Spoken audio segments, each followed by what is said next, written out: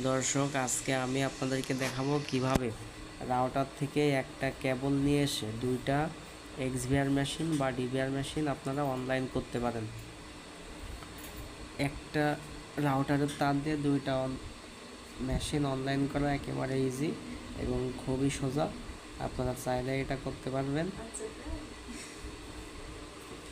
আমরা এখনই আপনাদের এটা দেখাবো যে কিভাবে আপনারা একটা রাউটারের কেবল দিয়ে দুইটা এক্সভিআর অনলাইন করবেন। আমরা এখানে একটা কেবল তৈরি করে রেখেছি আপনাদের দেখানোর জন্য।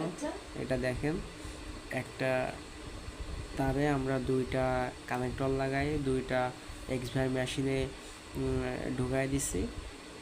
এইভাবে সেম পজিশন, মানে যে কানেক্টরের ভিতরে যেটা আমরা দিয়ে কানেক্ট করেছি অপার প্রান্তে তারের একই মাথায় সেমভাবে কানেক্টর লাগাই আপনারা রাউটারের ভিতর ঢুকাই দেবেন।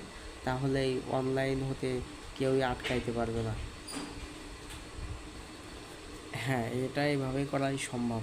আপনারা চাইলে করে দেখতে পারেন এবং খুবই ইজি। এটা অতিরিক্ত কেবল না টেনে এই একটা তারের ভিতরে আপনারা দুইটা মেশিন অনলাইন করতে পারেন। ধন্যবাদ সবাইকে।